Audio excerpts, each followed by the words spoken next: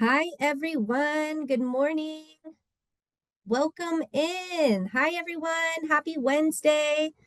Thank you for joining us today. My name is Jessica Owens, and I am a specialist with the UC Davis Resource Center for Family Focused Practice. And we are excited to present our October Complex Care webinar to you all today. Thank you for joining us and happy Wednesday. Once again, we're really glad that you could be here with us for today's presentation. If you have a moment, go ahead and share in the chat what county or agency you represent. And please, if you see a colleague or a friend in the audience, say hello. So as folks are getting joining the call and getting logged on to the audio, I'm going to go ahead and ask you all an icebreaker question as folks are getting logged in. And the icebreaker question today is, please share one word in the chat that describes what family means to you. And while you are thinking of your answer, I'm just going to look at who we have in the room here with us today. It looks like we have Riverside, Marin, we got Ventura, Probation, Welcome, San Luis Obispo, lots of folks here. So, okay, folks are also sharing their responses in the chat. What is one word that describes what family means to you? So some folks are saying it means to be seen. It's a legacy. It means comfort, attachment, love. Family equals support, belonging, having each other's back. Family means everything. These are some great responses. Thank you all for sharing, and please feel free to go ahead and keep posting your responses in the chat. So we always like to take a look at, well, first, before we get to that, let me go ahead and go over some housekeeping items with you all today. So just so you all know, today's presentation is being recorded. You will be able to access the recording of this presentation as well as previous webinars on our Complex Care website. And are going to be posting that link for you in the chat. I do have a few of my UC Davis colleagues on the call with me today. We have James Williams, Geraldine Bordage, and Lizzie Dembose. We will all be monitoring the chat for questions. So please, if you do have a question, you can post it in the chat. And if any of you are interested in an attendance letter, we have a link for you to make a request. You can contact us and get an attendance letter from us. The other thing I wanted you all to know is that UC Davis offers child-specific complex care coaching.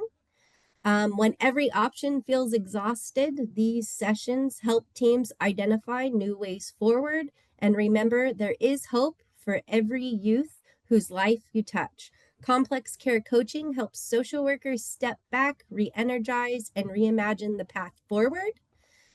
We do have those complex care coaching sessions on the second Tuesday and the fourth Thursday.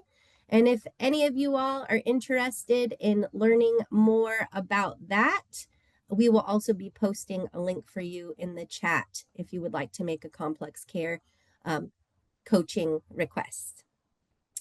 So now that we have our housekeeping items underway, I'm going to go ahead. I would like to know a little bit more about who's in our audience today. So James is going to help me. We are going to post a question. So within your organization, what is your role?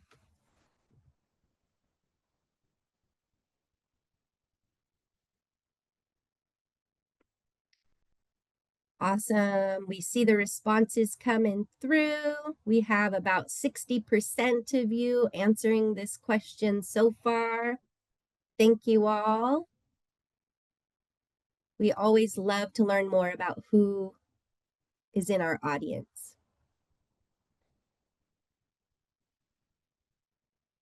All right, keep those answers coming.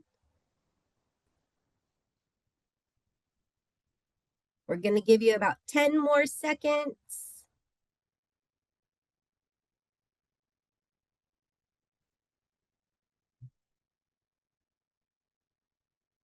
See if we can get a few more responses here.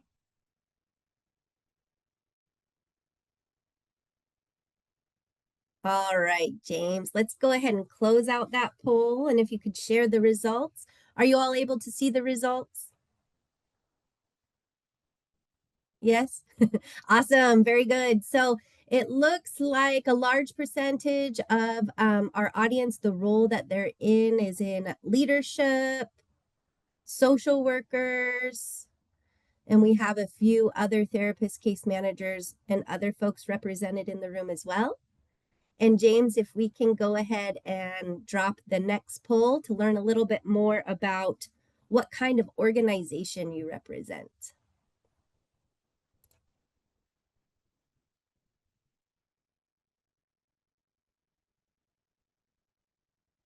Awesome. Thank you so much, James. So this one, it describes the kind of organization you work for. Lots of responses coming through. Thank you all for participating.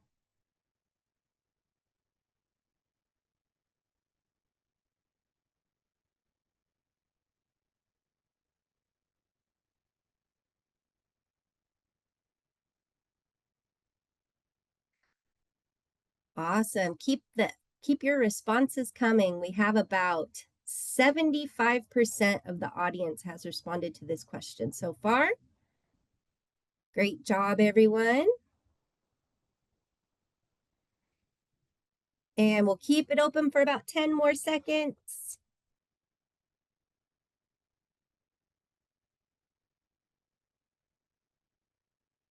Great. Awesome. Okay, James, I think we got a lot of folks answering the question. So thank you so much, everyone.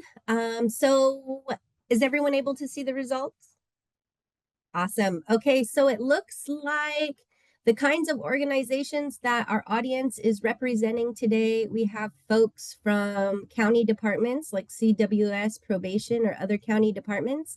We also have a few state departments in the room, some community-based organizations, and some folks who also work in education.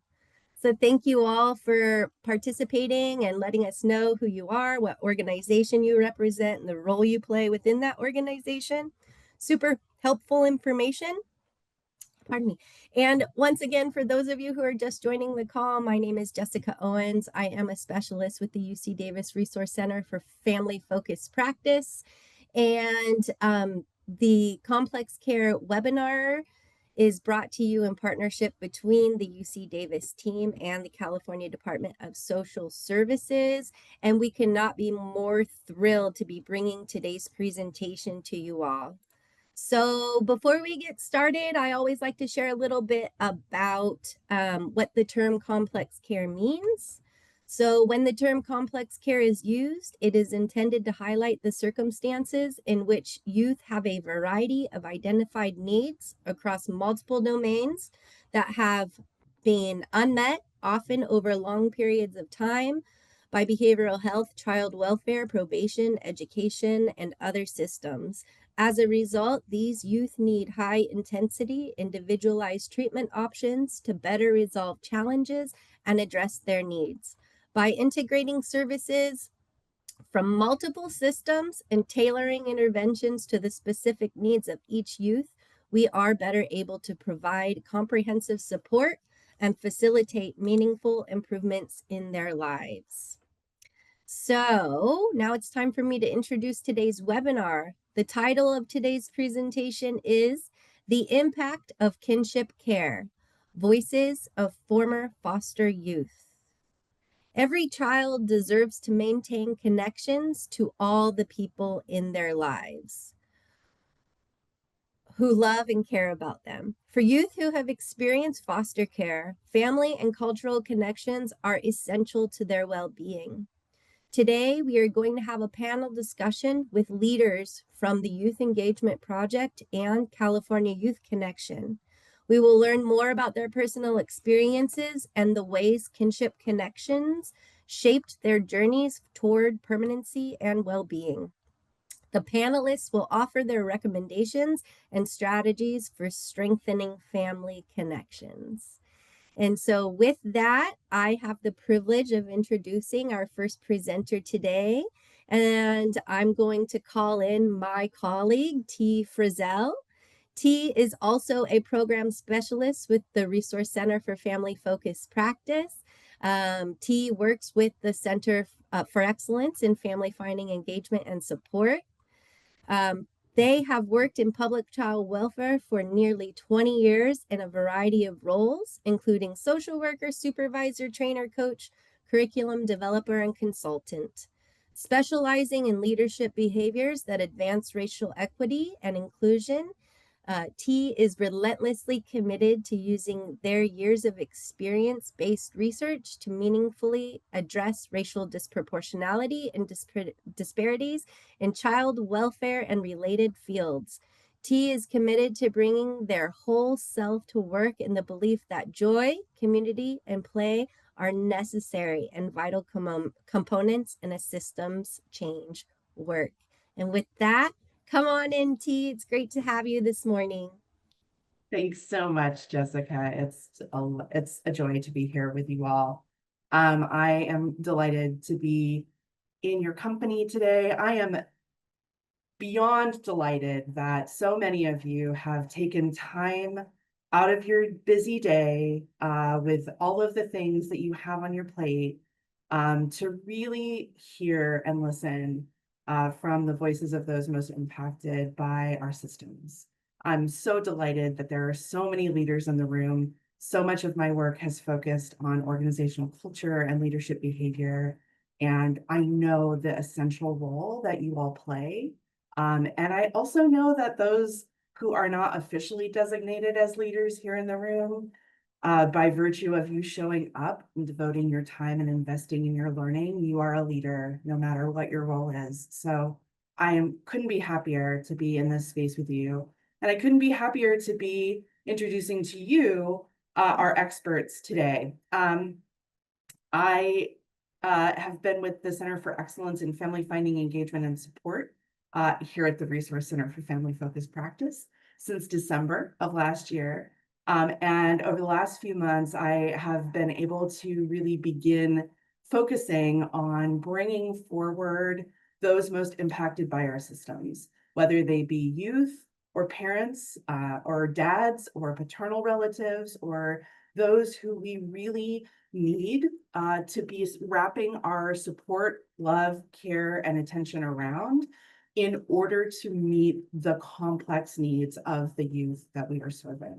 We know that over the last 2 decades in child welfare, as we have reduced our overall numbers of children in foster care, those that are entering care have some of the most complex needs in our foster care population. So the fact that we are here today to center that important topic and to think about the role of kinship care from a more nuanced perspective. There's a lot of research that indicates the better outcomes that accrue to children when they are connected to family and kin.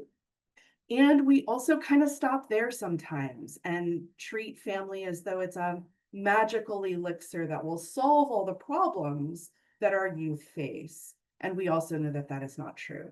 And so we want to bring forward these more nuanced, these more complicated, these more authentic and realistic depictions of kinship care and the complexities as we intersect with youth with complex care needs. So with that, I would love to introduce to you our panelists today, beginning with Lauren Mendez. Lauren, I would love for you to please come forward, unmute yourself, and share with our participants today a little bit about yourself. Hi, everyone. My name is Lauren Mendez. I am currently a lead ambassador for the Youth Engagement Project with the Child and Family Policy Institute of California. And in my role, I help support and oversee a few different of our YEP counties, which include Mendocino, Sacramento, Stanislaus, Tulare, and LA. I also currently work at our Youth Navigation Center in Stanislaus County, which helps support ages 13 to 25 who are in crisis or experiencing homelessness. I'm also part of the CSEC Action Team Advisory Board with the National Center for Youth Law and an advisory committee member for the Center for Excellence in Family Finding Engagement and Support. A lot of my lived experience has embedded with projects surrounding prevention planning, kinship care, complex care needs, and STRTPs, recruitment and retention of resource families, as well as independent living programs across California. Incredible, Lauren. Thank you so much for your good work. I would love to introduce you all as well to Michael Jaden. Michael, would you please come forward and introduce yourself? Yes. Hi, my name is Michael Jaden. I am the Youth Ambassador for Child Family Policy Institution of California, and I represent both Stanislaus County, Northern California, and LA County.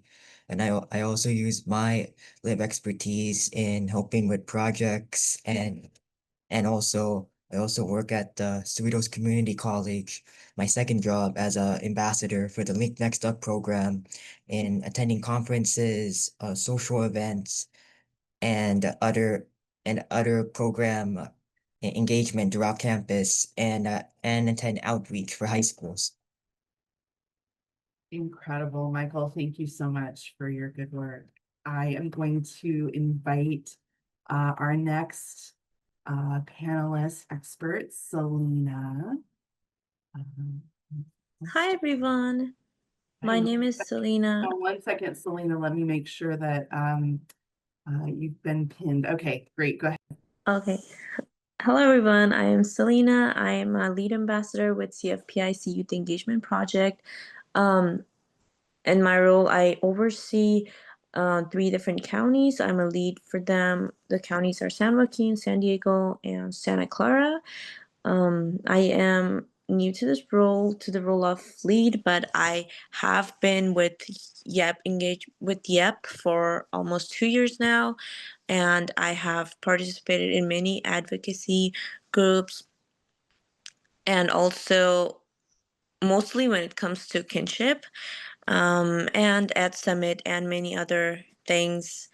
And also I am a part of Thrive Together. It's a mental health campaign. And this campaign is basically youth led. It's by youth for youth, and it recently started. But yeah, thank you. Thank you so much, Selena. I would love to introduce you all, please, to Anastasia, our next panelist. Anastasia, give us a second while we get you in focus. Great. Hi everyone, this is Anastasia. I work for California Youth Connection. I'm a member there, and I help youth to advocate for themselves, navigate the system, and also help with creating new policies and laws for foster youths. And as Selena mentioned, I'm also a part of Thrive Together program, which is a mental health program. It's made by Youth for Youth, and we're doing a lot in social media, posting a lot of things, and just trying to spread out mental health awareness. Thank you, and so excited to be here today. I am so excited to have you. Thank you for being here. And our final presenter for today, I would love to introduce you all, please, to Sophia Jeffy. Hi all. Sophia, give 1 second while we in. Yes, All right, amazing. Thank you.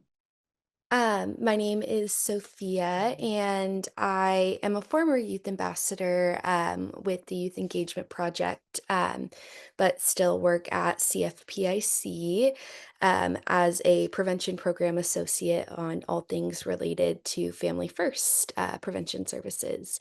And yeah, prior to that role was working with some of the other youth ambassadors here across a few different counties, such as Stanislaus, San Bernardino, and Riverside, working on a lot of projects focused on education.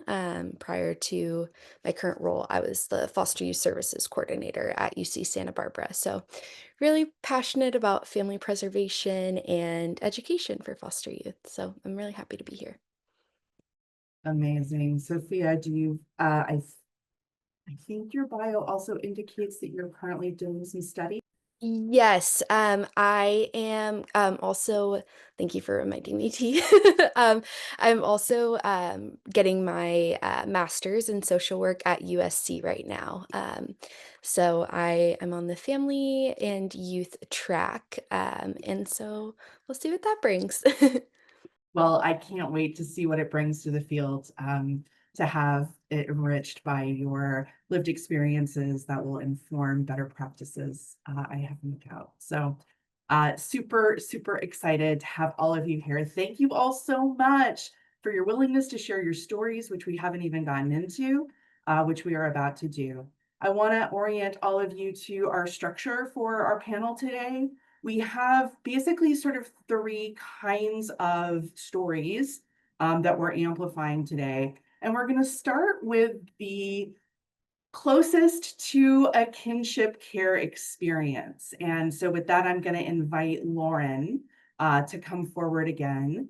And Lauren, I would love for you to please tell us your story of kinship care. I think this story involves your grandparents, and I'm curious to hear the story, as well as whether you were able to maintain that relationship with your grandparents the whole time you were in other placements, or were there periods of time that you weren't in contact with them? So I know that's a big question. So feel free to take that big question in whatever way you want. Yeah, so I entered foster care at 15, and I aged out at 21 after finishing AB 12. And I think from the start of my foster care journey, my grandparents were pretty heavily involved. They came to every court date. And wanted to maintain a relationship, even though placement was not an option at that time, due to them living next door to my mom. And so, yeah, so we basically had visits from the time I was put in foster care all the way through, and visits looked a lot different depending on the placement type that I was at and the county that I was in. Because although I'm from Stanislaus, I was initially placed in Merced and Fresno, so that's quite a ways away. And both my grandparents were still working at the time, so we looked really at like weekend visits. And when I had moved back to Stanislaus in the area, we maintained visits every weekend for quite a few years. And they were pretty heavily involved in every aspect of my life, from education and graduation. And so, yeah. Were there periods of time where you weren't in contact? I think there was a short period of time in the beginning when everything kind of first, um, we were trying to figure out everything, and making sure, of course, safety was number one. And so, trying to get that all settled and figured out, and me stable in some sort of placement. So I think from like, because it was on Halloween that I went into care, and I think I didn't have my first visit with them until closer to Christmas. So there was like a couple month gap. But other than that, I maintained a relationship pretty much the whole time. So when and how did you eventually get placed with them? And placed is in quotations, right? Yeah, so I was not able to be placed with them due to just my mom being right next door. Um, and then as time went on, I have some complex care needs that made it kind of really difficult for me to be in a place where I would be alone majority of the time because my grandparents were still working. And when I turned 18, I decided that I was gonna leave the group home and get engaged and go live out like my fantasy life in Monterey and go to school and kind of get away from everything. And we eventually broke up, and my grandparents, I was going to school, and it was the first time that I was like had basically completed a semester. I had straight A's, and I was like towards the end of like almost finals week, and my grandparents were really big on education and making sure that I got an education. And so they decided that they would get me a hotel room for the time being while I finished school, which was like, I think it was like for a month and a half that we were kind of going back and forth from their house to a hotel room in Monterey to make sure that I finished school. And then once school was over, I moved into their second house next door, which was the house that I grew up in. And I stayed there for about a year in a silk placement. And so so I was technically placed with them after I think I was 19 because it was like right after I turned 19. So what was it like at that point in your foster care journey to live right next door to your grandparents?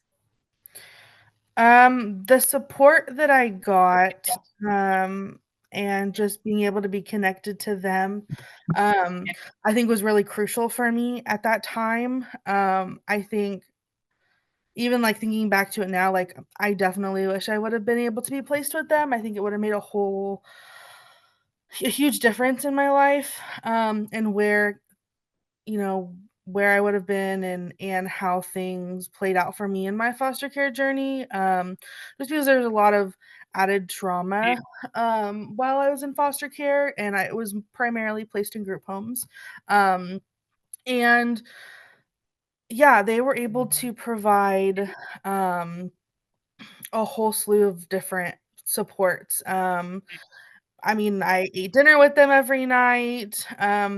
Before they helped me get my license and a car, they were driving me everywhere, and making sure that I got to where I needed to be, whether that was school. I volunteered a lot in our community during that time. And so my grandma was basically my personal chauffeur. And then I got my license and a car, and they were just like always there. Anytime I need, like, my grandpa would drop anything to make sure that I had what I needed, and just to be like a listening ear for me when, things would um, get murky with my mom, and like our relationship and things would go up and down. So they just provided a lot of emotional support for me as well as like physically, just being there. And they really wanted me to save money. That was like their big thing was they didn't charge me rent. They just wanted me to have a safe place to call home, I guess. So That's I mean, I think you've already answered this question because you've talked so beautifully about the ways in which kinship care helped you meet so many of your needs as a transitioning into adulthood young person, right? And I'm thinking about the ways in which like a lot of our kids in other kinds of SILP settings aren't going to get that kind of like, let me help you learn to drive, honey, right? Like that's a different kind of experience. Are there any things in particular related to the complex needs you had at the time that you haven't spoken to that you think kinship care made a difference around? A lot of my complex care needs surrounded like um gosh, I don't know what you would call it. Impulsive behaviors. Um and and I was very open with them. As like I was never open with like my foster parents or like group home. I mean, I was with my social worker from time to time, but I think my grandparents like I knew that I wasn't gonna be in trouble. I knew that, like, it was, like, a really unconditional love, so it made it easier for me to, like, just be able to tell them, like, what was going on with me, and, like, what I needed help with, what I was struggling with. And I know, like, there were certain times of the year that were harder for me than others, and my grandparents knew that, and kinda just were there, and even though, like, my mom was, is their child, it still, um they still, like, had my back, and I knew that even though, things weren't always, like, 100% the best, in our family, that I could go to them, with anything, and just kinda talk to them, so that definitely made a huge difference, I think, just in my mental health and the self-harm behaviors that I had. And because I realized at 18, like those things didn't just go away as I thought they would. And trying to navigate that while being in AB 12, and then like making sure you're meeting AB 12 requirements was extremely difficult. I am at one point, and um, I eventually couldn't do those things, and, so counseling became, like, the number 1, and my grandparents, like, fully supported that, even though they were really big on education. Um, I mean, they wanted me to be alive, so it was kind of, crucial to make sure that I had, like, counseling services and, to be able to get through, those things, so Lauren, thank you so much. I think you have potentially answered this question. This is the last question for you. And if you feel like you've already answered it, you can feel free to say, I think I've answered this question. But if your grandparents hadn't been at next door to provide that at-home daily support and accountability for you at that point in your life, what do you think would have been different? Um, I mean, that's a really heavy question, but I know that, I definitely struggled a whole heck of a lot with mental health, and I know that if I did not have them, and have them so involved, I probably wouldn't be here. And whether that's like here physically, or just like in this space, continuing YEP, because I've been with YEP for 9 years.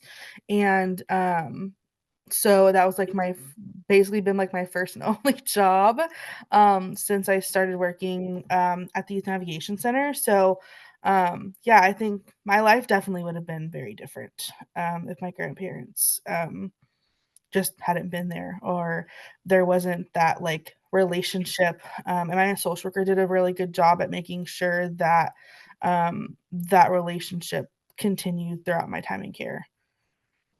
Lauren, I thank you so much. And I really want, um, I not only do I want to thank you for sharing your story with us, I want to thank you for the preparation that you've put into being here today and for even allowing a question like that to be posed to you. thank you so much for that bravery and that vulnerability. I know that everybody here is incredibly moved by being so vulnerable about the difference that your relationship with your grandparents and that day-to-day checking in on you, the way that that made all the difference, because we all benefit so much from the fact that they were there for you and that you did the work for yourself to take care of you and get yourself to where you are today. Thank you. I'm so grateful to know you, and I'm so grateful that we get to work together. So thanks for being here. We'll come back to you again a little bit later on when we open up the questions for everyone. But I would love to bring forward into the conversation, Michael. Michael, you have a really different experience from Lauren. I know that one of the things that we talked about was that your caregivers were people that your parents identified but didn't feel like, in child welfare, we call these NEFRMs, right? Like you've heard this term NEFRM or NREFM, a non-related extended family member, which in our world at the Center for Excellence, we call that kin. In our world at the Center for Excellence in Family Finding, Engagement, and Support, we consider anybody who is known and loved by the child and they have a relationship, that's kin. That could be a coach, it could be a teacher, it could be an actual family member, it could be a neighbor. So Michael, in this scenario,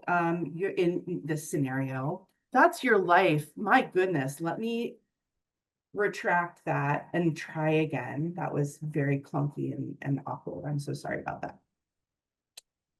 Your experience was that your parents said, ooh, I've got somebody who's kin to my kid who is willing to accept placement, right? Can you tell us a little bit about that story and whether that person felt like kin to you?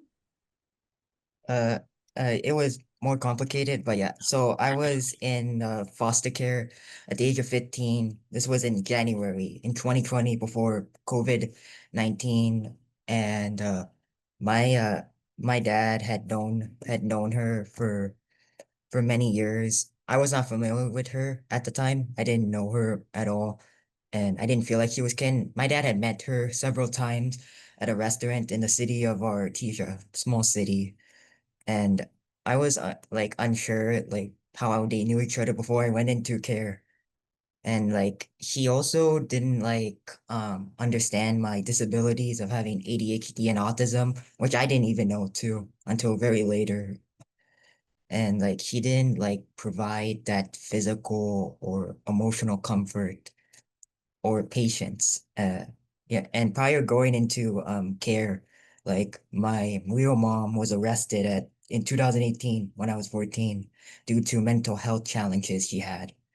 And my adopted mom would often blame me, like saying that it was my fault what happened and guilt tripping, and also often comparing me to my dad, saying that I was cold-hearted as he was. That sounds really difficult, to say the least. How were there things about that living situation that were helpful at all? Yes, there was my adopted mom enrolled me in the Harbor Regional Center for my disabilities for ADHD and autism, which helped and another positive was she helped me establish a relationship with my grandparents from my real mom's side back in 2020. And I continue to be in touch with them to this day. And also, I also got received services from the wraparound services and when I was 17 in 2021, and from Orange County for independent living program to learn about independent living skills, which helped me with socializing in school prior to kinship. And I had challenges with making friends at school and communicating home challenges due to the fear of my dad getting mad at me. So you've talked a little bit about the ways in which there were some things about the kin caregiver that were really not helpful. Can you elaborate a little bit? Can you talk a little bit more about some of the ways in which this, this caregiver wasn't a really good fit and didn't really understand your needs very well? Yes, it was due to my ADHD, like transition from my biological dad to my adopted mom made it more difficult for me to pay attention, also because it's a new environment, so it takes time to adjust. This was not addressed by my adopted family, and they didn't like understand how difficult it was for me to pay attention due to ADHD or like following simple instructions or directions and understanding social cues due to my autism. Like they would often tell me that I lack common sense and that I need to listen. Even though I do, it's just hard because of, your ADHD is very complex. And like from 2020, from when I went into care, from 16 years old to 21, I had a hard time expressing my emotions and feelings. And I often felt like he didn't care. Like, for example, like last year I visited my dad who is living in a nursing home, and when I returned, he didn't provide any emotional support, given her no knowledge and my history with my dad. And she would often like guilt trip me like uh into visiting. Like he thought I didn't care, basically, and he would often tell me that. And due to her lack of, emotional support and verbal abuse too, by her and my foster dad very often on a daily occurrence, I chose to move out at the age of 21 sooner than planned, and I moved at a CFT. And now that I live on my own in an apartment where I can have my freedom to do what I need to do and without the, yelling and verbal abuse. So like a peaceful environment for my mental health, which is uh which is a positive. I am so glad that you have that peaceful space now where you can really begin to get to know yourself without all of these external factors. I'm so excited for this next chapter for you. I can't wait to see what happens. And I don't want to like gloss over all of the hard stuff that you just talked about because, whew, Michael, that is incredibly challenging. I wonder what would have been helpful for you. Like you've talked a lot about the ways in which that was a bad fit. Have you thought about like what a helpful, supportive environment would have looked like? To have physical comfort and physical affection, like hugging, and because I never like received that from my real parents. So it was very difficult because I don't show that vulnerability of myself to others, only to, a few people outside. And it was a struggle from at the age of 16 to now, even as an adult. I still struggle with that feeling just wanting, comfort and affection that I never received. But also too, like we also had a tenant from 2020 to 2021 that would often, like, my adopted mom would complain, and that it would remind me of the trauma from the other house that I previously experienced in. And it would like affect my mental health critically. And also my adopted mom was not supportive of like me doing mixed martial arts, MMA, because she thought it was stupid at first and she didn't think it was worth it, and she tried to pressure me to quit, but I chose to stay involved. I'm so glad. I'm so glad you did. What benefits have you gotten from mixed martial arts? What has that done? Uh, Increased my self-confidence, discipline, just learning to be respectful to others, and just, and taking my time and just being patient, and also just watching what you do, not just with your friend but partner, what you say, and also being careful. Yeah. Um, you, the way that you are able to just articulate incredibly profound, complex truths in so few words is just, my mind is so blown, Michael. I can't, this is the last question that I have for you for this segment. If you could have changed anything about your kinship care experience, what would you have changed? Sometimes I wish that I had met my link next up counselor at Cerritos College sooner, because she would have helped with educating my adopted mom about this, beforehand, and also I wish she didn't blame me for what happened, and often I wish she didn't compare me to my dad many times as I remember it.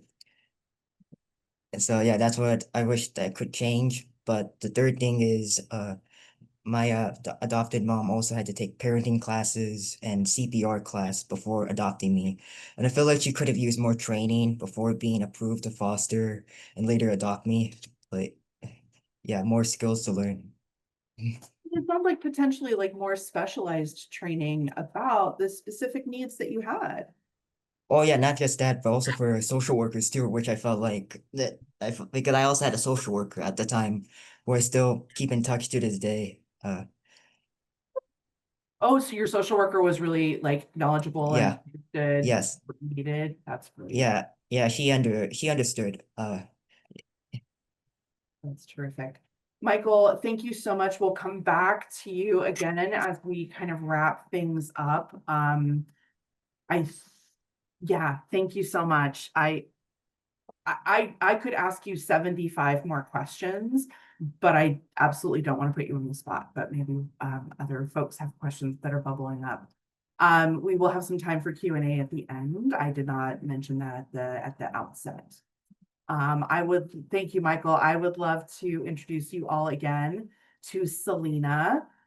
This next segment, we're going to actually bring in the remaining panelists that we have. We'll still go in order, but we have Selena, Anastasia, and Sophia, who all had kind of similar experiences around, what we're kind of calling near misses and lost opportunities.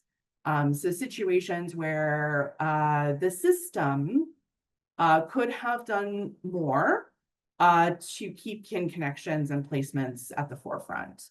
So Selena, I'm going to start with you. Will you tell us a little bit about your story to the extent that you feel comfortable?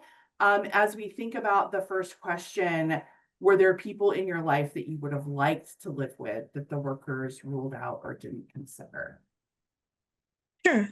Hi, everyone. Again, I'm Selena. So I will start by saying that when I entered foster care, I was placed in Fairfield. That was my first placement. It didn't work out. I was there only for a month, and then I moved to Antioch for my second placement. And I noticed a lot of things that social workers should notice, but they didn't. It was mostly like expired food. The foster parent didn't seem stable. When I say that, she would get upset really fast, and I don't think foster parents are supposed to yell and stuff because, you know. And then also one time, um, like her, what is it called, washing machine broke down, and she was expecting, I had a roommate at the time, and she was expecting us to wash the clothes by our hand, which probably used to happen like 30 years ago or I don't know how long, or I don't even know if you, how far it goes back, but I did not know anything about that. And then she didn't have the correct tool for doing like household chores, but then like she would still tell us to do it. I didn't understand why the social worker would never like came and checked on these things, or whoever does. And these things were just too much. And also, the things that is going with me, because I'm already in foster care only for like a month and a half. I haven't even if you are for a longer time, the trauma doesn't go away. No, a lot of things are happening with you. I did not have a therapist, nor a CASA or a youth partner or anyone. And the only support I had really had was my teachers, my foster youth liaison in Antioch. So I was in Deer Valley High School, and they had this a foster youth liaison, which was really cool because not every school has that. And I wanted to move out of that move out of that place because it was just too much.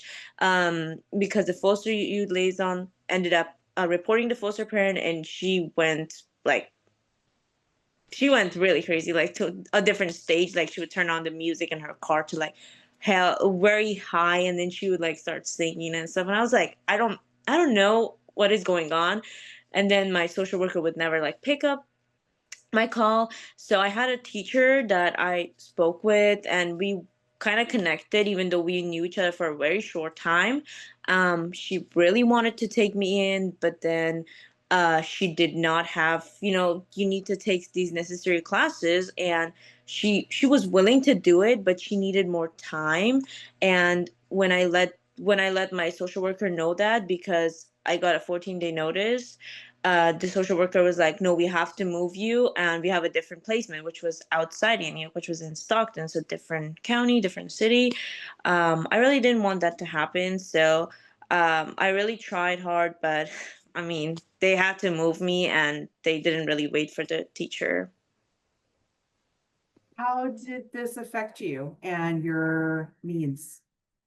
Um, It really affected me because I already moved from a different school in Fairfield and different city to Antioch, which is a total different county, different city, and like different school. And then I moved to Stockton, so I did not want it to go through that again. And it was in a really short span of time, and I just had to adjust to all different schools, and different schools have different requirements. And to begin with, I wasn't even born here, or like I moved to United States only like a month and a half ago when I was placed a month ago when I was placed in foster care. So it was like just too much going on. I did not have my transcript and stuff, and I was just trying to find a school that I can start with so I can graduate. But these changes, these placements, everything was just making it so impossible for me to like, to start that. That I every time, Selena, you tell your story, I feel like we have to just like put a big like period at the end of that sentence when you say, I had only moved to the United States a month and a half before I was removed and placed in foster care. Right? Like that experience is one that I think, like, every time I hear your story, I wonder whether your social workers really kept that in mind, like how much you were adjusting to. And I know that this is a swerve question, and I don't necessarily like need you to have an answer to it. I just want to reflect back to you that like it's a very unique experience to have had. And I really wanted to emphasize that for our participants so that they could really hear that that is a very specific part of your kinship care and placement and complex care needs story. So thank you for letting me take a little bit of a swerve. Do you want me to go back to the next question in the list, or do you want to respond to that? No, I would like to respond to that. The social worker knew, everyone knew. They were really well aware of that.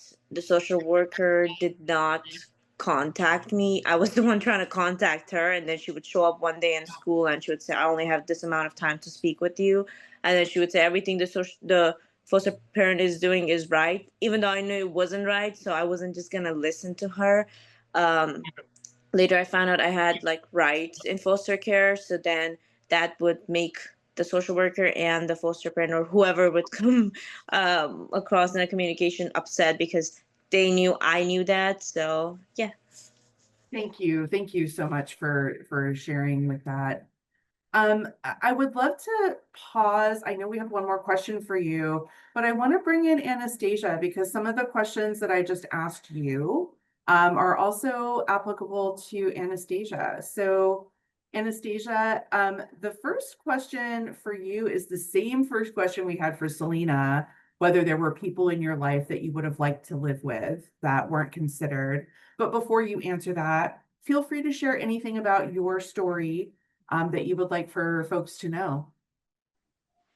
So yeah, hi everyone again. This is Anastasia. Just a little bit info. I'll share a little bit of the story. So I was placed with one of the teachers from my school that I knew her, but I wasn't really close with her. And the reason that I was placed with her was because I was given a 14 days notice, the placement I was before that placement, and I had to move, and it was near my finals. And then my counselor found a teacher that was that used to be a foster parent. So my social worker was like, let us just place you there because we don't have any other option. And I didn't want it to leave my school and where I was living, and it was near my finals. So I was like, sure, why not? I'll just go ahead and live there. So yeah, what was the question again, T, if you can repeat it? The first question was, were there people in your life that you would have liked to live with that the workers ruled out or didn't? No, there were not. I would like to mention that Selena is my sister, so we do have like the same story because we just moved to the country and we didn't know anybody. And just new country, not knowing anyone, entering the system, the language, the culture, there was a lot to navigate. So I didn't really knew anybody, and I was just following the path my social worker was just like showing me or telling me, just like do this, do that, and I'll be like, okay, because I was just so naive and unaware of a lot of things in the system. Was there anyone that you knew more that other than the teacher that you lived with? No, not really. I Mhm. didn't. Yeah, that's so hard. I can't imagine the kinds of challenges that your social workers that you guys were facing to try to, you know, meet these challenges. And Selena, I know that your uh, experience of trying to be heard and getting your rights met was really, really hard. I can't remember, and I know that this is again deviating a little bit, so feel free to say you don't feel like you want to answer this question. Were the two of you ever placed together? Yeah, we were placed together in the first placement, but the foster parent was very new, and like the social worker thought that it wasn't a good fit just because she did not have any experience. So then it was difficult to place us all together, so they had to like separate us. Like we have another sister. There were three of you. Mm. Okay, thank you so much. I'm gonna thank you. I'm gonna invite Sophia in. I'm gonna come back. Selena and Anastasia, you're not done yet. There's still another question for each of you at the end, but I'd love to bring Sophia into this conversation and invite you to talk about how you first entered foster care and what the placement process looked like for you. Yeah. And thank you both for sharing. Um, when I entered foster care, it was through a law enforcement referral, and so um it was like, one of those kind of like middle of the night emergency placements. And so I was placed at a hub in my county, which was a emergency children's shelter that was intended for 30 days or less. And so that was always how it was framed to me, is like, you're just going to be here for maybe a week at most until we find you a placement. But I did wind up living there for about 2 years. And so that was like the majority of my time in care. I wound up going through family reunification services, and I did that for about a year and a half to 2 years before I became an unaccompanied youth my senior year of high school. Sophia, thank you for describing your journey through foster care. Were there relatives or kin that were identified as possible placements for you? And if so, do you have any information about what got in the way? Yeah, so I so definitely a part of just like my biological family that made the kin placement a little challenging was that there wasn't a lot of like living biological family, and everyone was fairly spread out in the state. But prior to my placement, I had been living with my grandparents.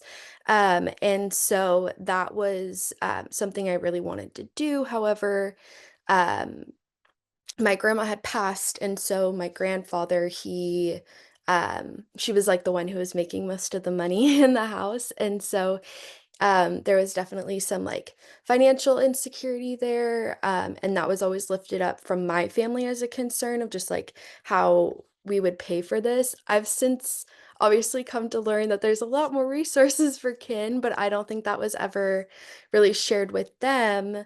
But outside of that, I don't know if resourceful would be like the right word, but I just like growing up with a single mom and having some challenges at home, I was like always the kid who was like at my friends' houses for like days to like weeks on end. And so I had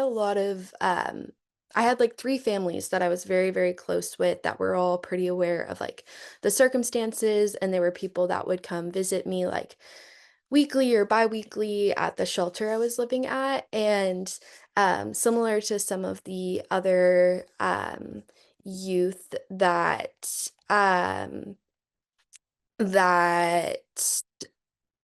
have shared today, um, they didn't have foster parent training, and I was always told like it's just gonna take too long, or we don't want to um like move you from schools because I had to go to the school that my shelter was like located by. And so I wound up moving school districts, and with that like having started high school, they didn't want me to be forced to relocate. And so I, yeah, so I basically wasn't able to, but it was, um, it was interesting, obviously, because I don't think anyone anticipated that, like, I would have been in that placement for so long. However, with and like I know I'll talk about this a little more, but with my complex care needs, it was pretty much impossible to find me a foster family. I have a few health conditions, and one of the like most demanding, I guess, was that I had type 1 diabetes. And so I would have quite a few potential foster parents where I would like go spend the night at their house. And, we went through all the intros, and there were more than one instances where I would get to like my discharge cart, and the family didn't fully understand like what the training requirements were going to be, because it was like 20 something hours of training on like how to administer insulin and how to check blood sugar and do all of that. And I think it just became a bit overwhelming. And there were other things too. I mean, like behavioral things as well. Like I had AWOL'd at like one of my placement.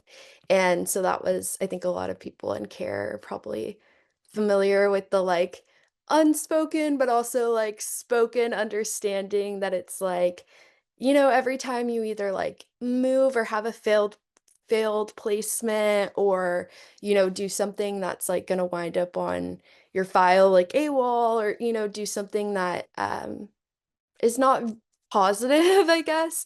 It's kind of like a tick against you in the search for a foster family. And so yeah, I think yeah, there were a lot of things to that. But bringing it back to to the question, yeah, there were people that I had identified, but I was always just informed that the process would take too long, and that they didn't want to relocate me for school.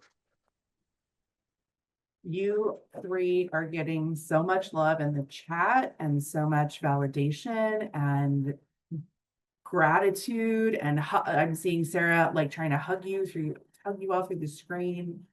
There's a comment in here, you all deserved so much better. So much of these stories are, and I think, James, let's go ahead and pin all of our panelists at this point. That way we can open up the conversation to allow all of our panelists to respond. There was a comment in the chat that this often seems like sort of social worker or system convenience rather than what's really in the best interests of the young people themselves. So much of this, it has to do with a lack of training, a lack of resources, a lack of knowledge, a lack of staffing, a lack of time. And I'm curious, like, this is a question I think for all of you. If others were in a similar situation as you, right? How do you think they would feel by all the decisions that the system made, right? How do you think people would feel if these kinds of practices continue? I can go ahead first. Thank you. You're welcome. I think that it's really difficult to not be in control of your life, and not just foster care, but before foster care also there's things that happen, and like when we enter foster care they just think that that's the only experience we have, but that's not really true. Before foster care someone could have like a very bad experience as well, and like a lot of you do. So I think that that when these things happen, you feel that you're not in control of your life, that no one is listening to you, that you're hopeless, that things will never get better because one day seems like 1 year to you, and things are just so worse, out of your control, and you end up evolving, not wanting to do what they're supposed to do, just leaving. Like I wanted to leave as well, like that's how I felt, and I think that's how other youth feels. And I was 17, so I still didn't wait till I was 18, and I just wanted to leave. Like I was so frustrated, so desperate. But some youth are like 13, 14, and they have many years to, then they're like, I don't know what to do. And they don't think, like someday they're gonna leave foster care. They're like, I want to think about right now. And there's like so many years that I have to go through all these. But like for me, it was not a long time, and I still felt so frustrated, so desperate to leave. Like because before entering foster care, I was in the same situation, not having control of my life, and the same thing happened. So I'm like, then that's what you would do. So I think, yeah, that's my answer. Thank you, Selena.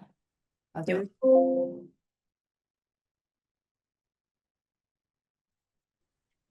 T, could you repeat the question? I'm sorry, I was listening too much.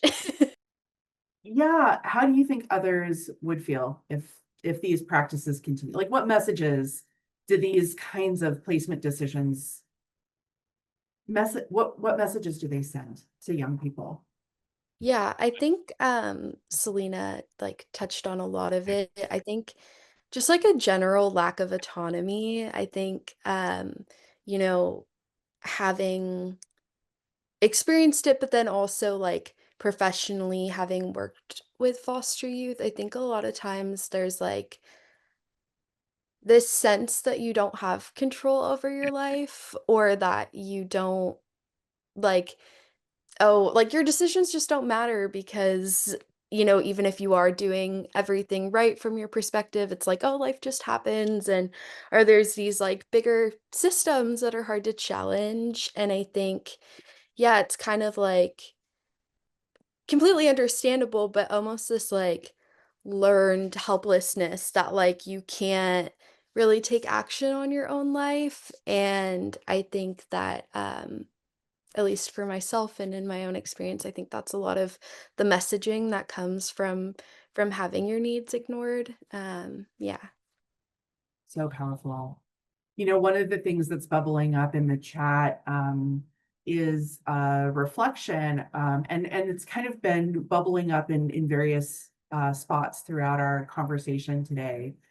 The we talk a lot in child welfare about being trauma informed, and we really want our practices and our approaches to be trauma informed. And so part of that is, centering you voice and providing choice. And Sophia, what you're articulating in this moment is we can raise our voices, but if it makes no difference, that is teaching us to be quiet and to not advocate for ourselves, right? And the fact that all 5 of you are just these incredible shining stars, so involved in your communities, so intelligent, so committed to like sharing your experiences so that we all can do better. It just makes me think, oh my gosh, right? What if you had been given a runway to the success that you've been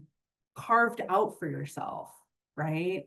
A lot of the conversation in this talk about youth with complex care needs is kind of exactly what you all have been articulating. If you have challenges that you are doing your best as a young person to face, and those are considered to be complex care needs, it becomes to be a bit of a checklist that makes it much harder to find you a placement to meet those needs, right? And so how can we shift this from being, ooh, this child has all these needs that makes it hard for us, to, wow, this young person has all these needs. How can we get them met? It's a shift in our orientation, right? So with that kind of mini TED Talk that I've just laid out for us all, I would love for you all to come forward to the extent that you have an answer to this question around what advice you would give to social workers working with young people when thinking about complex care needs and the role of kin. What advice do you have for social workers? Can I go? Yes, please, Michael. Okay, I would recommend providing more training for potential foster and adopted parents on various disability diagnosis so they can better understand like what to expect when caring for youth. So powerful. You're getting lots of applause and lots of love for that one. What else? I am gonna say I agree with Michael that giving those trainings is really important because the youth might themselves might not know, as Michael mentioned, that they're going through things like that. Um, like for instance, I did not see a therapist and I was in foster care, and I saw a therapist after I turned 18, and like some like three like let's say like 6 7 months later. So I'm like, now I don't even like need the therapist. But the things I was going through, it was hard for me to explain, and the mental health impact it has on the youth. It's really important for the foster parent to be trained in that, and the social workers need to know that as well. Absolutely. Sophia, you looked like you had a.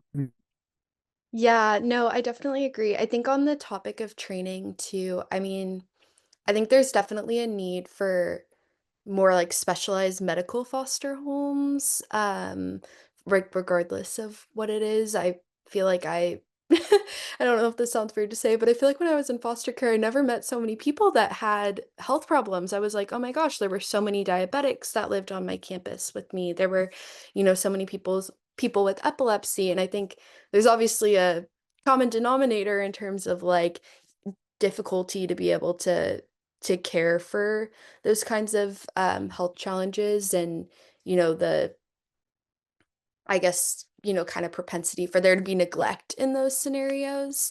But I think that yeah, there's definitely a need. And I mean, even amongst like staff, whether that's like group home staff or, congregate care staff, I think that there's a very strong need for stronger medical training. Yeah, go ahead, Anastasia. Yeah, I would also like to add, I totally agree with the trainings and everything, but also I would like to add something else, that there should be a training or some sort of resource for foster youth entering foster care. Because when we enter, it's like we're lost. We don't know what the hell is going on here. And we're like, what is going on? The social worker doesn't explain anything. They just pick you, drop you. They're doing anything they feel like doing. And you're lost, and they're like, it's okay, you're safe. We will take care of you. But I need to know what's going on. This is my life, you know? And the fact that they lack training too, as well as we don't know where we are, what is happening to our life, what are we going to face in future, what are our rights, what is going to happen. So there should be some sort of resource or something, or like a training or something that they would give us. Like maybe training is too formal to say it, but something that would give us the knowledge of what we are right now. And even though I was told like, yeah, social workers are supposed to do that, they're supposed to tell you your rights and all of those things.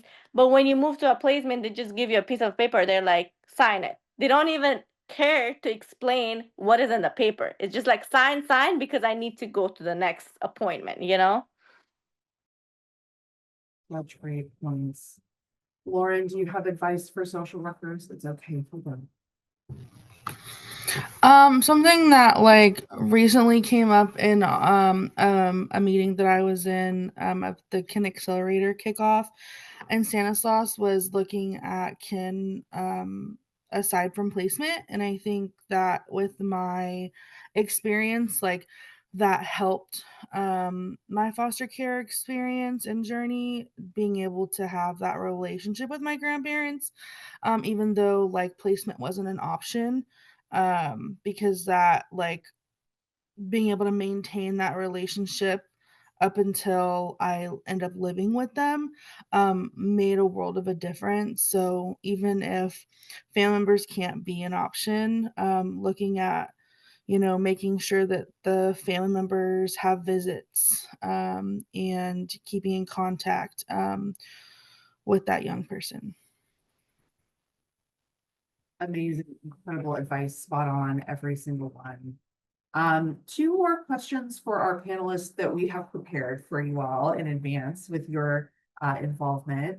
If you could change one thing about how kin is defined, what would it be? Can I go? Yeah.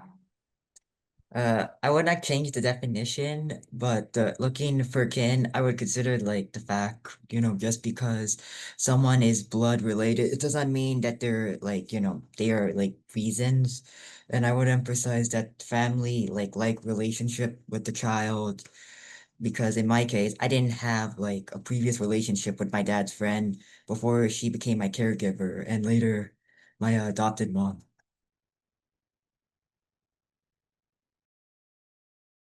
Thanks, Michael. Susie?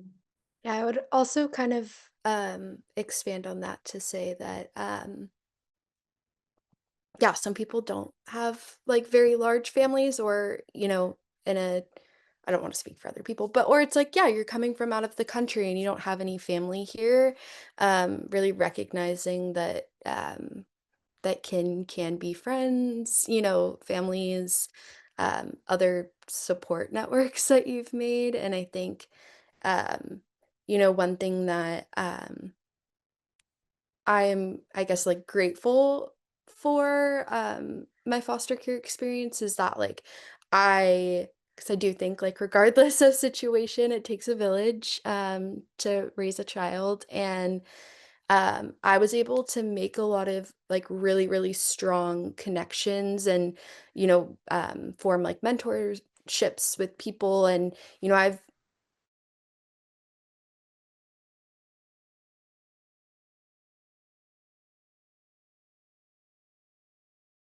Oh dear, is it just a moment?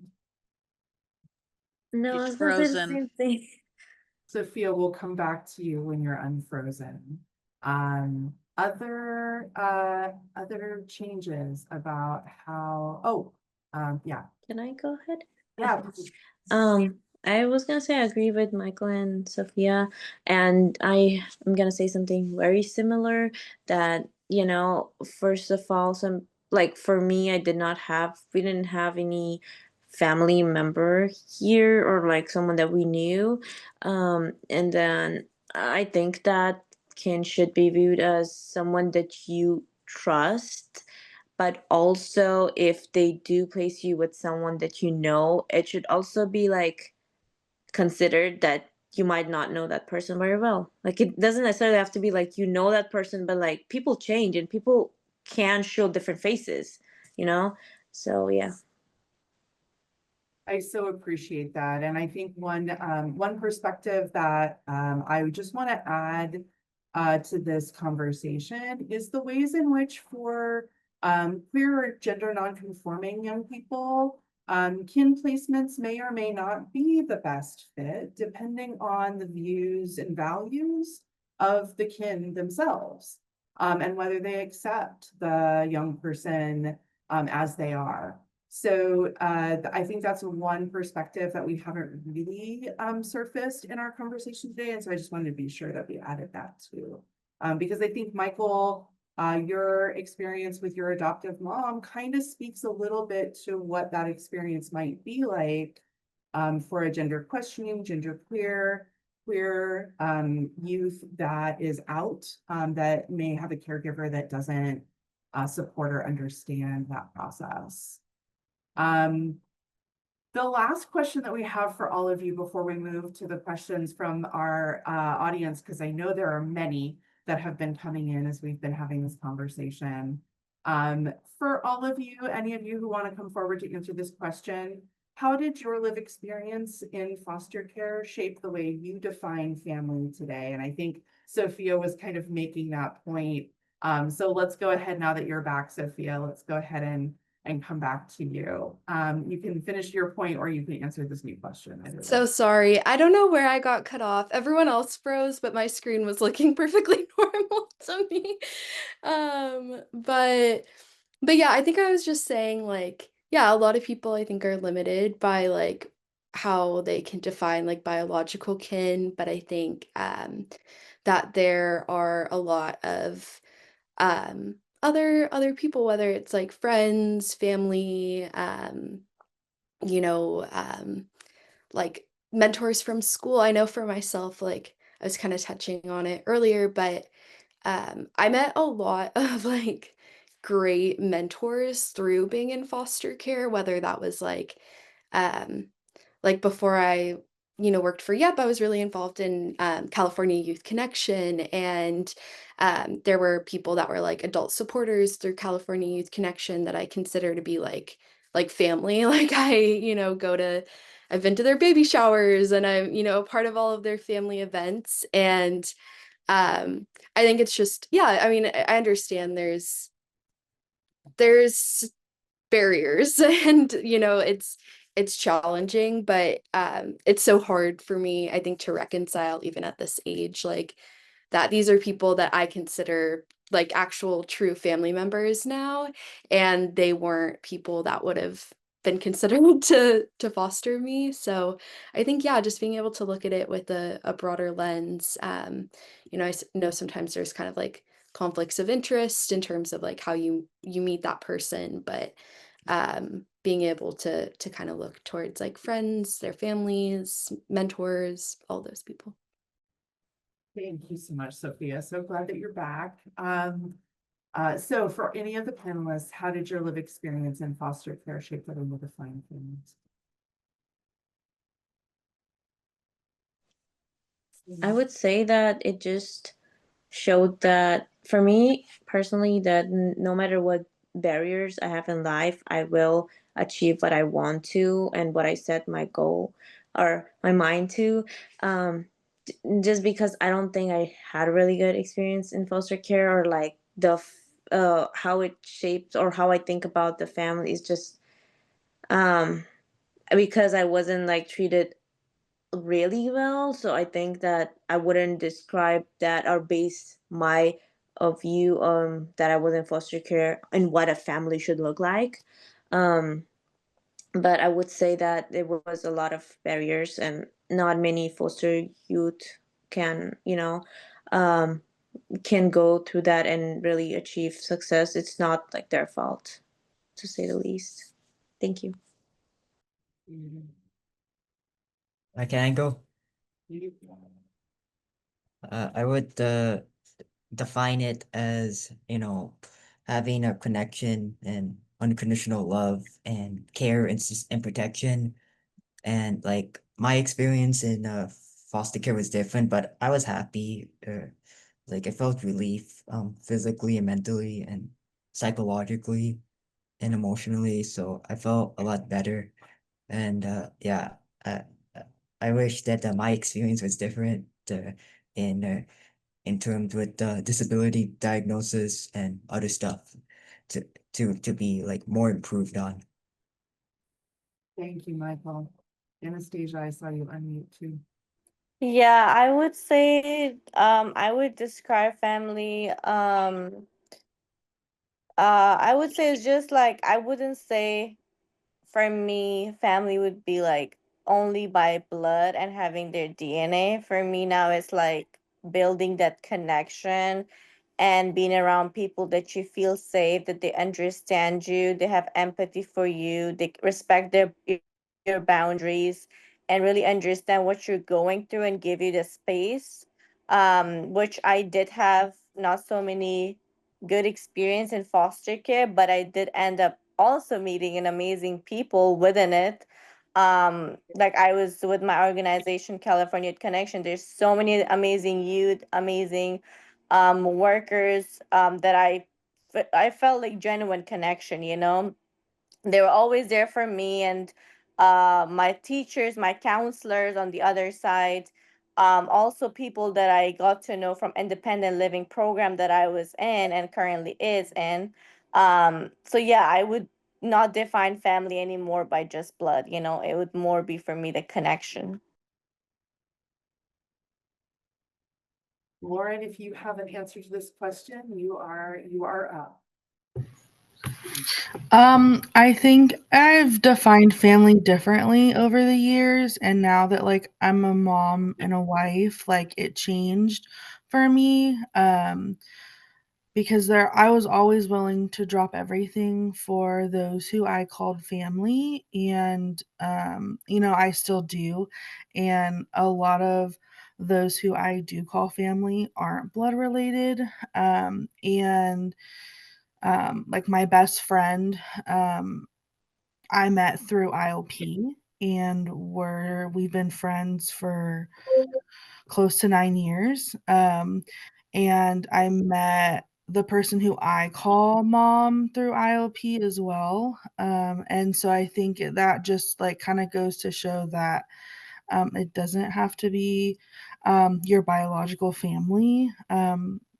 And it's weird and interesting because like I always, like, will drop anything for my grandparents, and now, like, they always remind me that, like, I have a whole family at home, and I have, the kids to take care of, um, and so, like, they come first, and, sometimes that's just feels like a good reminder for me, that I have, like, little ones running around that need me, and like the family that I've built.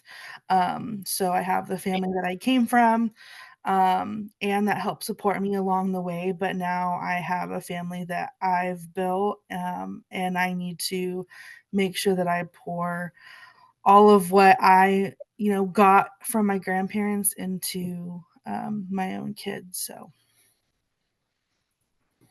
I am so grateful to all of you. If there is one advice that I would give to social workers as a former social worker and supervisor, based on hearing your stories and getting to know all of you, I just want to uplift what Michael has shared with me in particular, and that is how important it is to be hugged, how important it is to have people in your life who you can go to for physical affection and comfort. And as a social worker, I was really trained to have some professional distance. And I think that that's maybe bad training. I don't know for sure.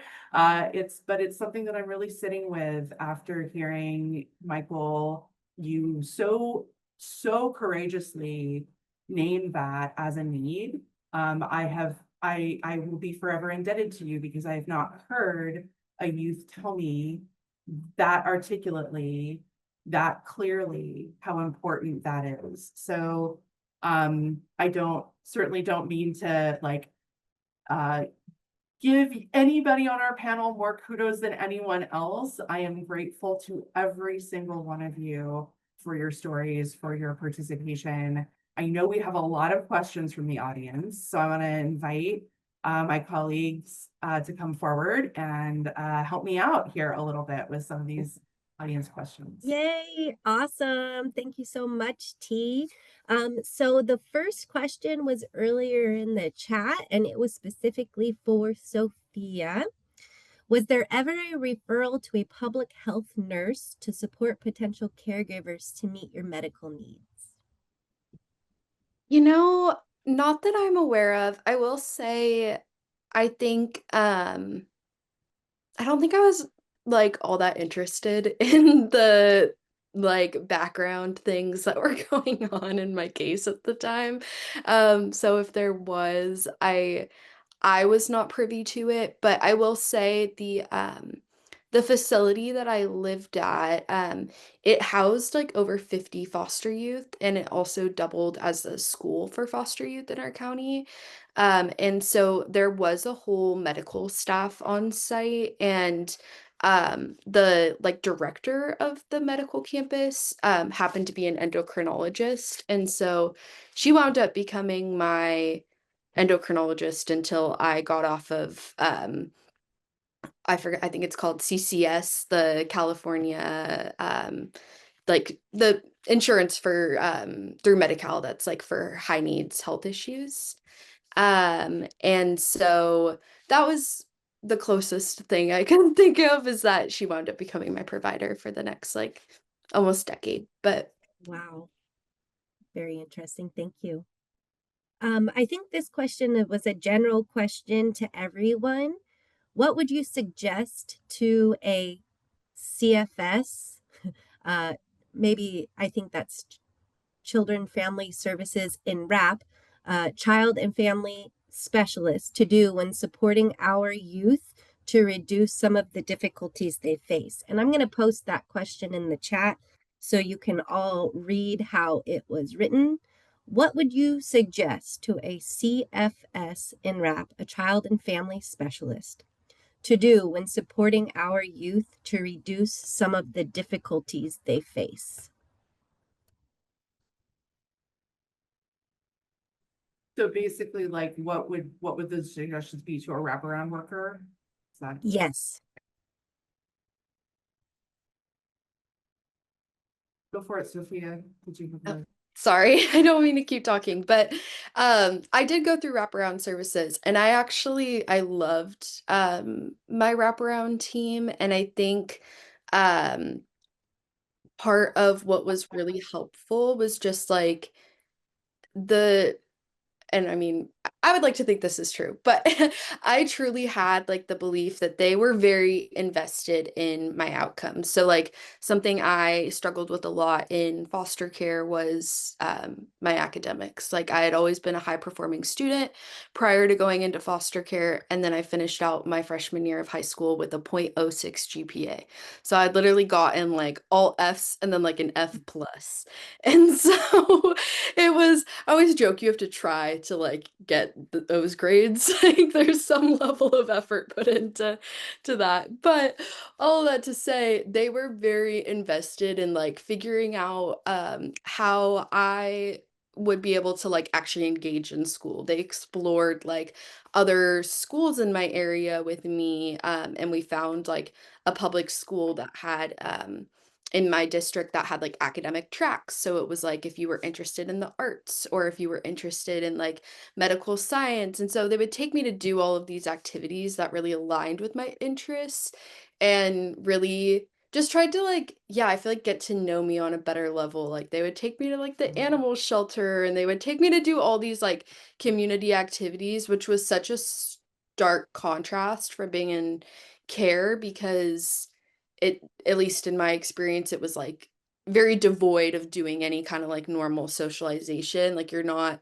going to high school football games or like going out, even getting to go to like tutoring sessions and stuff like that. Everything required explicit social worker permission. And so I remember like that transition from that residence to then having this person who like, you know, transitioning back into a home where I still had a single parent who was working full time and didn't really have the capacity to be able to like take me to go do things. It felt very earnest in that it was like one of the first times I felt like I had someone who was really invested in my interests and my outcomes. So I think just kind of having that like person, I know I had a roundabout way of answering this, but having that like one-on-one connection and really I don't know, yeah, just expressing interest in the youth's interest. And I think also like you know, everyone's different, but I know for myself, like with the school issue, like I just needed so much compassion around the issue because I was constantly being accosted for like failing all of my classes and the impacts that it was going to have. And so to have someone come in and just be like, not talking about all the consequences of it and just really being like, hey, like kind of ingraining in me that like an investment in school is an investment in yourself. And it's like, you know, you being able to get to the goals that you're interested in. So I think just, yeah, just showing that you really have that interest in their interests. Yes, absolutely. Thank you so much for sharing that. I hear you speaking to the importance of authentic engagement, also enrichment activities and access to strength building opportunities. So, take note, wrap around folks. Okay, the next question, or did anyone else want to respond to that question before I move on? And it's okay if not. All right. The next question was for Lauren. The participant said, I'm struck by the fact that you had supportive grandparents, but you weren't able to be placed with them when you were a minor because they lived too close to your mother. What policy or practice changes do you think would have helped you to be placed with your grandparents when you initially entered foster care? That's a really tough question because I think there were so many different aspects that played into why I wasn't placed with them. And initially, it was because my mom lived next door. Um, and also at the time, my mom was not ready to leave her husband at the time, and that posed a huge safety issue. Um, and because of that was the reason why I was in care. And so I think that was a big, huge portion of it. I think the second piece to that was um, my grandparents were trying to navigate that situation between like that's their daughter and I'm their granddaughter, and not wanting to piss her off and trying to support her, as well as like our family as a whole. And like when I was younger, I didn't understand it. But I think now being older and um, understanding a lot more of the complexity of the situation, like I understand it to a degree, because that's a really hard position to be put into. And also, I think when the I don't think the opportunity ever came up. I think it wasn't a conversation.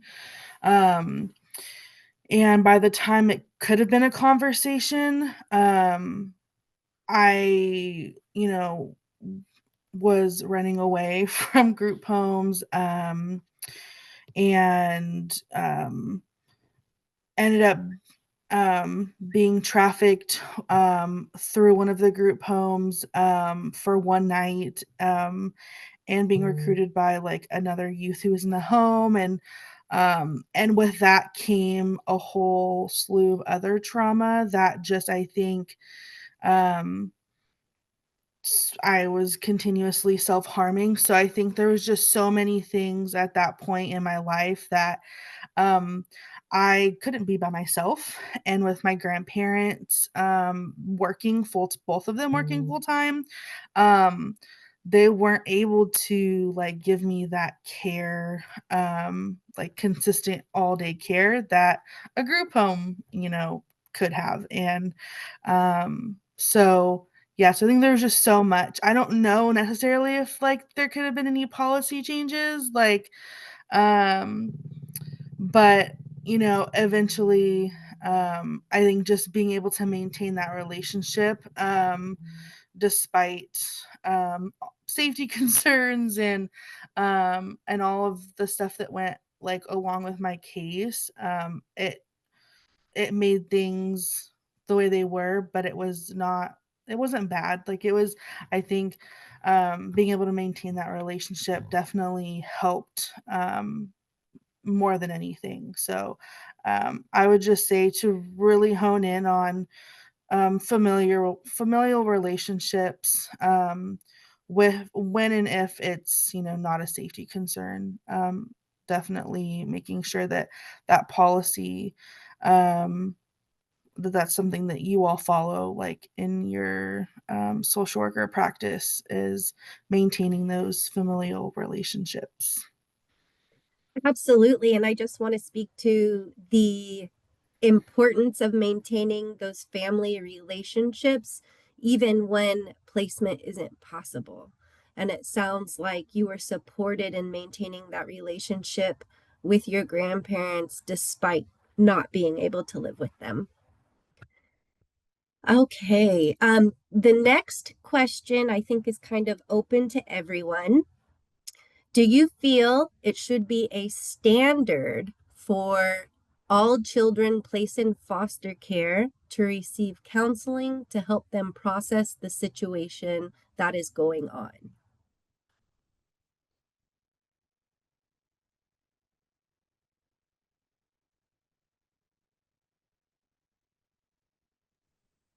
What do you think, y'all? Should counseling be required? Go ahead, Sophia. Yeah, I didn't want to hop in before anyone else, Go for but it. yeah, no, I strongly believe in therapy. I think also sometimes, and I think not to put you on the spot, but Margot has shared a lot of really great information about like her time in the county and how like sometimes, she would make sure like their social workers would get students like braces when they were in care and things that they may not have the resource to do if they're returning back to their family. And I think, yeah, it's definitely a great time to try to like, I mean, aside from even just the trauma that's being incurred by being in the system, but it's like, you get into adulthood and you get a job and it's like therapy's a very expensive and not always attainable thing for everyone to do. And so I think really trying to like prioritize that while the youth is a ward of the state. And also I just think it's necessary. I mean, I know everyone has a different relationship with therapy and their willingness to participate is very different. And but I think that there are so many different types of therapy. Like I've tried a broad array, everything from like EMDR to DBT to art therapy. And I think you just learn a lot about yourself through it. And having someone who's not a social worker to be able to talk to about things is also really helpful because I think a therapist is like fully unbiased and that they're not making decisions about where you're going to live. And it's not impacting your placement in any way. It's not being repeated to anyone. And so I think it's a very necessary thing for youth. Thank you, Sophia.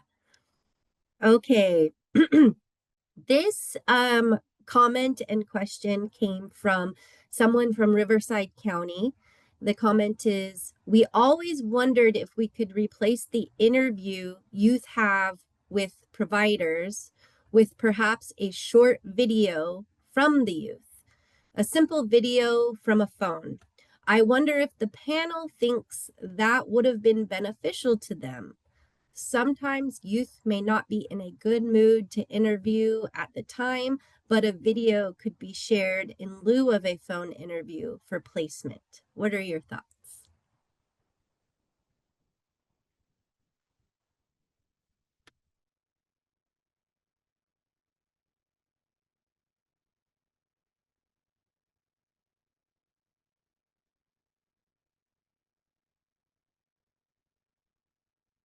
Anyone have any strong opinions about the best way to connect youth with potential caregivers?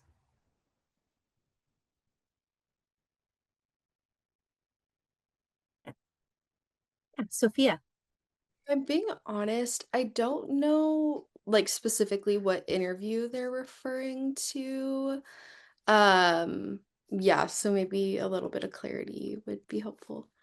I think they're referring to how sometimes before a placement happens, you have like a meet and greet with a potential caregiver.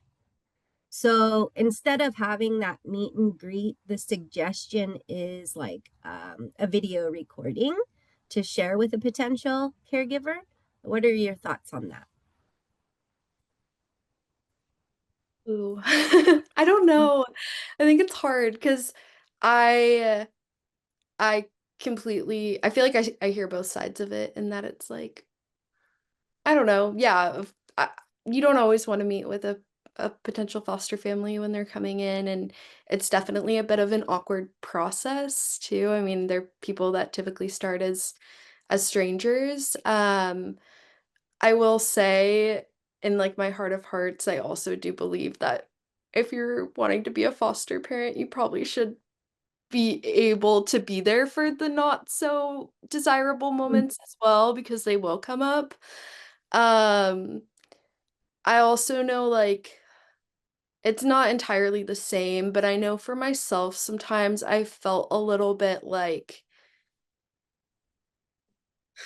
it we would do these like events at my placement where they would have like Mary Kay come in and we would get our hair done and they'd put us in like pretty dresses and have like potential foster parents come and it would be like a mixer and I remember that always felt really like uncomfortable. Like it kind of felt like they were like, like picking the kid that looked the most like put together and like, I don't know, just maybe quote unquote like normal that they wanted to foster.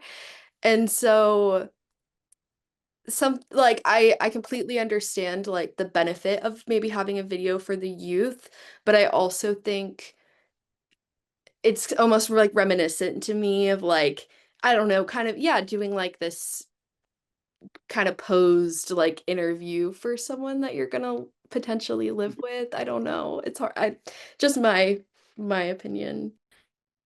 No, thank you for sharing, Sophia. I think you make a great point. And from my personal perspective, I think that you can extrapolate so much more information from being in the same room as another human being than you can through a screen. Okay, so I did see another question come in the chat, and this question is specific to Michael. Michael, you said you were connected to a regional center.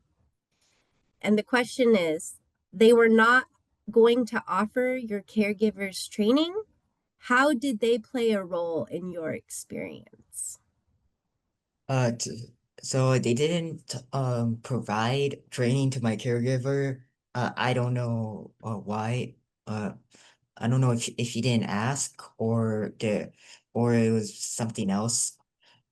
So my role in that experience, they really helped me a lot with navigating my disability and my goals for for college and at home for like independent living. And also they really helped me with and like improving my skills in communication for with autism and with tutoring and getting a bus pass and other resources that I needed and I meet with them like every 3 months and I also have like a like a worker who I meet with every week, who like I go over with like for like goals, what to work on. Like right now I'm working on the DMV to get my permit. So like it's been really helpful. No, that's great to hear, Michael. Thank you for sharing. Now, I believe those are all of the questions I noticed in the chat. And maybe if my colleagues who are on the call, if you noticed any other questions, we can go ahead and ask them now. But does anyone else in the audience have any questions? Either you can post them in the chat or you can raise your hand and come off mute and ask the panelists directly. Okay. Oh, Jessica, I'll go ahead. yeah, please. Thank you for helping. Since I'm already pinned, I'll just go ahead and read the question. We had a question come through early on. How can the department support youth transitioning into AB 12 services? Youth are used to being told, do this, do that, and then expected to manage your own case plan. In what ways can social workers, the system, the department support that transition? Can I take that one? Okay. I think my situation was very unique, but I want to touch a little bit first on like some of the roles that I play outside of YEP, which is youth who are in crisis or experiencing homelessness. And recently, we've had a large influx of youth who are coming into our homeless shelter who are being kicked out of AB 12 for various different reasons. And when I talk with them and I speak with them about, like, what did the support look like, or, it's because they weren't going to school or they weren't working. And when I get to speaking with them and talking with them about kind of like their foster care experience and kind of what led up to them being let go of AB 12 services, it seems like there wasn't a lot of like hands-on support. And like that could look a lot of different ways, in like getting used to ILP services and getting them connected to outside like referrals that could help them with like continuing their education, or looking for like part-time gigs. Like there wasn't like that social worker that sat down with them and really supported them in their AB 12 journey. And so and for me, like mine, I had that, and I aged out eight years ago. So I'd had a lot of support between the social worker I had throughout my time in care, my AB 12 social worker, and then, of course, like those mentors and people that I surrounded myself with. But being told like you have to go to school part-time or work part-time, um, for me, like I couldn't do that. And my mental health at one point was so bad, I couldn't sit in a classroom, I couldn't sit on a Zoom class, I couldn't do my homework. And there was no way I was like gonna be able to like go out and like find work. And it's really interesting sometimes to hear social workers talk about, well, like the youth are just lazy or the youth this. And I remember for myself, like, yeah, there were times where like I couldn't get out of bed. Like I couldn't get out of bed. I couldn't shower. Um, my grandparents knew something was wrong when I didn't text them like within 24 to 48 hours. And they would show up at my apartment. And that was the time the time I was 20 to 21. And so really looking at like different ways to meet those AB 12 requirements. And for me, I had to go to counseling once a week. And I found someone I really liked, and it was a trial and error situation. Like I didn't like the first couple people that I was doing counseling with. And then I also had to go to IOP.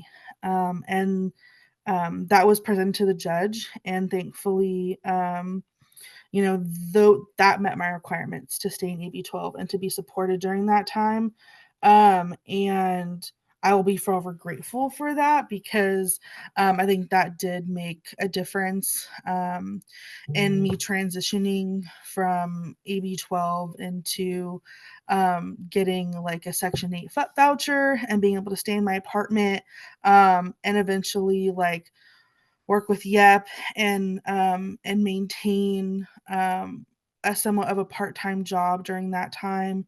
And so I would say like definitely look at like what the AB 12 requirements are, and because there's always wiggle room in what can be done for young people, because most of the time youth aren't just lazy, they just haven't been able to deal with their trauma. And the ask sometimes is too big, even though like we want them to be successful and like be a productive member of society, but what does that look like if their trauma is not being met, and being able to be dealt with and healed from. So Thank you, Lauren. And I am just keeping an eye on the time right now. So we just have a few minutes before the end of our time together. So we still have a few more minutes for questions. But while we are all thinking about questions, I'm going to go ahead and have James drop our evaluation. Please do provide us with your feedback about today's presentation. We do use this information when we're thinking ahead to webinars in the future. So, and with that, yeah, T, is there anything else you would like to add? I am so grateful to Lauren, Michael, Selena, Anastasia, and Sophia for sharing your experiences with us so that we can do better. We have known for a long time that our resources are not what we need, that our staffing is not what we need, that our training is not where it should be. And I am so grateful that you were willing to open yourselves up to our statewide workforce to be able to help us learn where we can shift, where we can do better.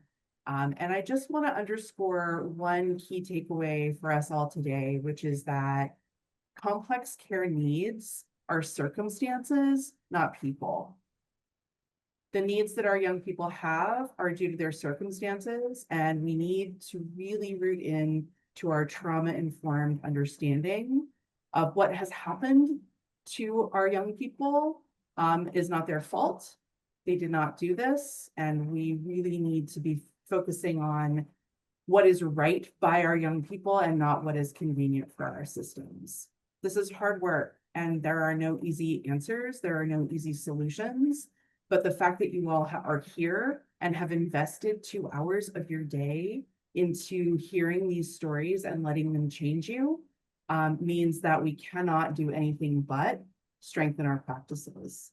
So I want to encourage you as you leave here today to really commit to one thing for yourself that you are going to do on a day-to-day basis to take these learnings forward into your work. Thank you so much for being here today. Thank you, T, and thank you so much to all of the panelists who were here with us today. The information that you're sharing and your vulnerability and sharing your experiences is so valuable. We just really, truly, greatly appreciate your presence. And thank you, every single one of you, for continuing to go out and be leaders and supporting other foster youth as well. But T, wonderful job today. And again, the panelists, you did great. And to everyone else who's still here, it was lovely seeing you. I hope you all enjoy the rest of your Wednesday. And we look forward to seeing you back here again next month. Take care, everyone. Goodbye.